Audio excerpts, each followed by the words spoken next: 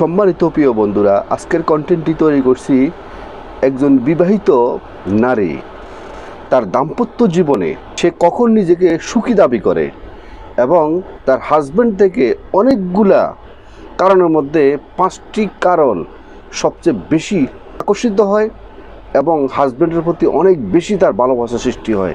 আমরা সাধারণত বুঝি একটা মেয়ে যখন একটা বিবাহিত জীবনে আবদ্ধ হয় তখন তার মনে হয় তার ভালোবাসার যে জিনিসটা, অনুভূতি, ভালোবাসা, এগুলো মনে হয় সব মাটি হয়ে যায়। নো, সে তো মানুষের তৈরি, সেটা কখনোই মাটি হয় না। বরঞ্চ যখন সে একটা তার পার্টনার থেকে একটা নিরাপদ আশ্রয় পায় এবং যেই আমি যে আজকে 5টি কারণ বলবো, সে 5টি কারণ যদি হাজব্যান্ড থেকে সে যদি পায় তখন সে নিজেকে সম্পূর্ণভাবে ধন্য মনে করে এবং সেই পরিবারের মধ্যে ভালোবাসা কখনো কমতি থাকে না এবং ওই মেয়ে কখনো তার হাজব্যান্ডকে ছেড়ে অন্য পুরুষের দিকে তাকানোর তো প্রশ্নই আসে না এবং পরকীয়া করার বিষয়ে সে কখনো চিন্তাও করবে না। তো আজকে যিনারা বিবাহিত পুরুষ কাজকর্ম শেষ করে যখন সে সন্ধ্যাবেলা বা যখন সে বাসা ফিরবে, বাসা আসার পরে তার একটু ভালোবাসার প্রয়োজন, অক্সিজেনের প্রয়োজন, সে অক্সিজেনটা একমাত্র দিতে পারে তার বিবাহিত স্ত্রী, এছাড়া অন্য কেউ কখনো আর দিতে পারে না। আর সেই অক্সিজেনটাকে যদি কোনো আপনি ঠিক না রাখেন তাহলে আপনি তো অক্সিজেন সেভাবে পাবেন না। একটা নারী যখন তার বিবাহিত জীবনে তার বাপের বাড়ির একটা সাজানো সংসার, তার একটা বেডরুম রেখে, তার সমস্ত আত্মীয় স্বজন, বন্ধু বান্ধবী সবাইকে রেখে যখন একজন হাজব্যান্ডের কাছে চলে আসে, অন্য বাড়িতে চলে আসে, তখন তার সমস্ত চাওয়া পাওয়া সমস্ত কিছু তার হাজব্যান্ডের উপরে সে নির্ভরশীল হয়ে যায়। তো সেই নির্ভরশীলের মধ্যে 1 নাম্বার যে জিনিসটা সে মেয়েরা সবচেয়ে বেশি তার হাজব্যান্ডের প্রতি বেশি আশা করে, আপনি যখন পুরুষ মানুষ হয়ে যখন আপনার সারা দুনিয়াবি যখন আপনি সামলাবেন, যত যাই জামাল আছে সমস্ত কিছু সামলাবেন, আপনার ওয়াইফও কিন্তু আপনার অর্ধাঙ্গিনী হয়ে, আপনার সহধর্মিণী হয়ে সে কিন্তু আপনার পরিবারকে সে সামলাবে। তার মধ্যে একটা ক্লান্ততা আসতে পারে, তার মধ্যে একটা মানসিক যন্ত্রণা আসতে পারে। যখন আপনি সে বাসা আসবেন, বাসা আসার পরে তার সাথে প্রতিদিন একটু সমবেদনা, একটু অনুভূতি জানার জন্য চেষ্টা করবেন। আপনি নিজের থেকে উইলিংলি তার সাথে কথা বলবেন যে আজকে সারাদিন তো তোমার উপর অনেক বেশি দখল গেছে, কি অবস্থা, কেমন হলো আজকে সারাদিনের, তার সাথে টুকটাক বিষয় কথা বলবেন। মেয়েরা যখন তার সারাদিনে যখন কোনো দুঃখ কষ্ট আপনার সাথে যখন শেয়ার করতে পারবে তখন দেখবেন যে তার সারাদিনের যে কষ্টটা, সেই সমস্ত কষ্টটা কিন্তু নিমিষে শেষ হয়ে যাবে। তো যে একটা অনুভূতি আছে, সে হয়তো আশা করছে যে আপনি বাসা আসার পরে আপনার সাথে সেগুলো আলোচনা করবে, আপনি তাকে একটা সান্ত্বনা দিবেন।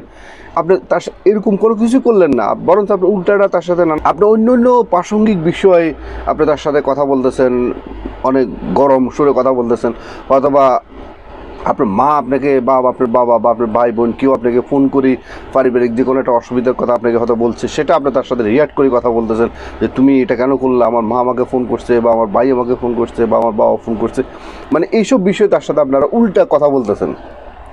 তখন যে তার ভিতরে যে অনুভূতিটা সেটা কিন্তু আস্তে আস্তে স্টপ হয়ে যাবে। তখন সে আপনার প্রতি আস্তে আস্তে রাগান্বিত হয়ে যাবে, আপনার প্রতি যে একটা ভালোবাসা সেটা আস্তে আস্তে সে হারিয়ে ফেলবে। তো আপনি সারাদিন এত পরিশ্রম করলেন, এত কষ্ট করলেন, সে যেরকম আশা করছে আপনাকে একটা অক্সিজেন হিসেবে সে পাবে, আপনারও তো উচিত, আপনার একটা অক্সিজেনের প্রয়োজন, সে অক্সিজেনটা আপনার ওয়াইফ থেকে নেওয়া। তো আপনি এসে যদি তাকে যদি আপনি গরম করে ফেলেন, তার সাথে উল্টা কথা বলেন বা রিয়াক্ট করেন, তাহলে তো আপনি তাকে সে অক্সিজেনের মতো আর ব্যবহার করতে পারবে না, তার থেকে সে ভালোবাসা আর পাবেন না, সে আপনার প্রতি কখনো আকর্ষিত হবে না, আপনাকে সে ভালোবাসবে না।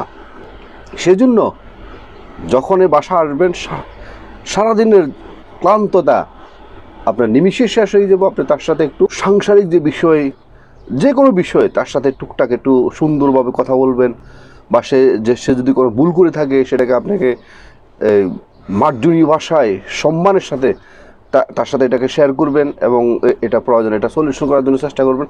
কখনো রেগে গিয়ে তার সাথে খারাপ ব্যবহার করে কখনো সেটাকে সমস্যার সমাধান করার জন্য কখনো চেষ্টা করবে না। চিৎকার করে বা রেগে গিয়ে রিয়্যাক্ট করে কখনো কোনো যে সমস্যাটা কখনো সমাধান করা যায় না, সেটা কিন্তু অনেক বেশি ভালোবাসা দিয়ে অনেক যত্ন সহকারে সেই সমস্যাটাকে সমাধান করা যায়। মেয়েরা সাধারণত তার হাজব্যান্ডের উপরে আকর্ষণ হয়, তার প্রতি ভালোবাসা সৃষ্টি হয় যদি সে নরম সুরে তাকে যত্ন সহকারে ভালোবেসে তার একটু অনুভূতিগুলা, প্রতিদিনের অনুভূতিগুলা জানে এবং সেটাকে সলিউশন করার জন্য চেষ্টা করে এবং তাকে একটু মোটিভেট করে, তাকে একটু উৎসাহিত করে, তখন ওই মেয়েরা ওই হাজব্যান্ডের উপর অনেক বেশি খুশি থাকে।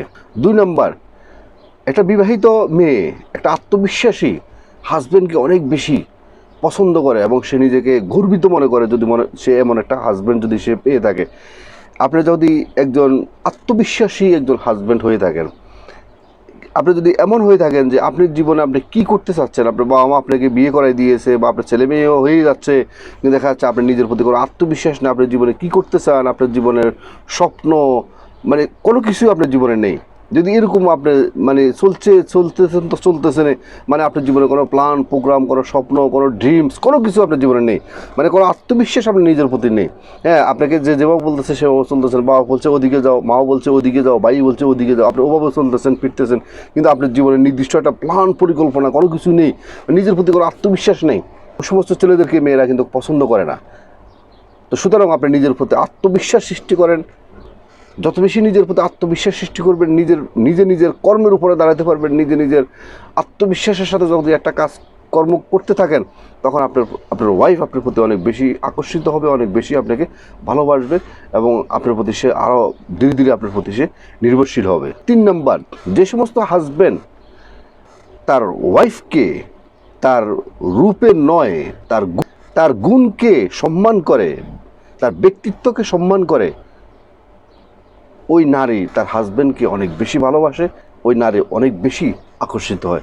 4 নম্বর, মেয়েরা সাধারণত ওরকম একজন হাজব্যান্ড চায় যে সমস্ত হাজব্যান্ডের কাছে সহজ এবং সাফহীন একটা সংসার মেনটেন করা। যেমন মনে করেন অনেক ফ্যামিলি আছে, হাজব্যান্ডের সারাদিন ওয়াইফের সাথে গ্যান্ডার করে নানান বিষয় নিয়ে, ও তার বাবা মার বিষয় নিয়ে, তার ভাই বোনের বিষয় নিয়ে, ছেলে সন্তানের বিষয় নিয়ে, নানান বিষয় নিয়ে মানে বা ফাঁকশাকের বিষয় নিয়ে মানে সার্বক্ষণিক ওয়াইফের সাথে শুধু ঝগড়া করে, তখন কিন্তু ওই নারী বা ওয়াইফ তার মন আস্তে আস্তে ছোটো হয়ে যায়। ওই সমস্ত পুরুষদেরকে নারীরা কখনো পছন্দ করে না। ওই সমস্ত পুরুষদেরকে নারীরা পছন্দ করে যারা একদম মানে কোল্ড, সহজ, সাফিন, চাপবিহীন একটা পরিবার, যেখানে তার মতামতকে আপনি মূল্যায়ন করবেন, তাকে আপনি সম্মান করবেন, তাকে আপনার যদি সে ভুল করে তার ভুলকে সুন্দরভাবে মার্জনীয়ভাবে তাকে আপনি বুঝিয়ে বলবেন, তখন কিন্তু সে আপনার প্রতি আস্তে আস্তে দুর্বল হয়ে যাবে। সুতরাং আপনার ওয়াইফের সাথে সহজ এবং চাপহীন একটা সম্পর্ক সৃষ্টি করার জন্য চেষ্টা করুন। 5 নম্বর এবং সর্বশেষ, কখনো কখনো আপনার ওয়াইফকে আপনি জিজ্ঞাসা করতে পারেন, খুব সুন্দর করে সম্মানের দৃষ্টিতে তাকে বলতে পারেন যে তুমি তো আগে গান গাইতে বা কবিতা আবৃত্তি করতে, বা আমি তোমার কবিতা শুনছি, আমার কাছে অনেক ভালো লাগছে, তুমি আজকে কেন তা কবিতা গাও না বা কেন গান গাও না, কেন কবিতা আবৃত্তি করে না। তার ভিতরে যে একটা অনুভূতি, সে যখন আপনার বাড়িতে আসার পরে আপনার ছেলে সন্তানকে নিয়ে, আপনার বাবা মাকে নিয়ে, আপনার টোটাল সংসারের ভিতরে যখন সে ডুবে যাওয়ার পরে তার ভিতরের যে একটা স্বপ্ন লালিত, সেই স্বপ্নটা, তার একটা বড় আশা, সমস্ত কিছুকে সে আস্তে আস্তে এটাকে মাটি দিয়ে দিচ্ছে। যদি কোনো সেই সংসার জীবনে যদি আপনি আবার তাকে একটু জাগিয়ে তুলতে পারেন বা ওইসব বিষয় তার সাথে যদি একটু শেয়ার করতে পারেন, তাহলে দেখবেন যে সে নিজেকে আবার নতুন করে আবিষ্কার করতে পারবে, আপনার প্রতি তার অনেক বেশি ভালোবাসা সৃষ্টি হবে এবং আপনাকে সে অনেক রেসপেক্ট করবে। আপনি আপনার স্ত্রীকে টাকা পয়সা, গাড়ি বাড়ি সমস্ত কিছু দিয়েও আপনি কখনো ভালোবাসা আদায় করতে পারবে না। ভালোবাসাটা হচ্ছে যে একটা অন্যরকম একটা অনুভূতি। ভালোবাসাটা হচ্ছে যে বোঝাপড়ার মাধ্যমে ভালোবাসা সৃষ্টি হয়। ভালোবাসাটা হচ্ছে যে একটা রেসপেক্টের জায়গা, ভালোবাসাটা হচ্ছে একটা যত্নের জায়গা, ভালোবাসাটা হচ্ছে যে তার অনুভূতিকে বোঝার জায়গা। যখন আপনি এই বিষয়গুলো যখন বুঝবেন, বা সেই অনুযায়ী তার সাথে যখন আপনারা চলবেন, তখন দেখবেন যে আপনাদের পরিবার, আপনাদের সেই দাম্পত্য জীবনটা অনেক বেশি স্মুথলি সামনের দিকে এগিয়ে যাবে। তো আজকের মতো ভিডিওটি এখানে শেষ করলাম। ভিডিওটি যদি করে আপনাদের ভালো লেগে থাকে তাহলে অবশ্যই এটা লাইক করবেন, এটা কমেন্ট করবেন এবং আপনাদের বন্ধু মহলের কাছে ভিডিওটি শেয়ার করে দিবেন। এবং যারা নতুন, অবশ্যই মিয়াজি ফিলোসফি চ্যানেলকে সাবস্ক্রাইব করে অল নোটিফিকেশন অন করে রাখবেন এই ধরনের নতুন নতুন ভিডিও পেতে। এবং যারা আগে সাবস্ক্রাইব করছেন আপনাদেরকে অসংখ্য অসংখ্য ধন্যবাদ।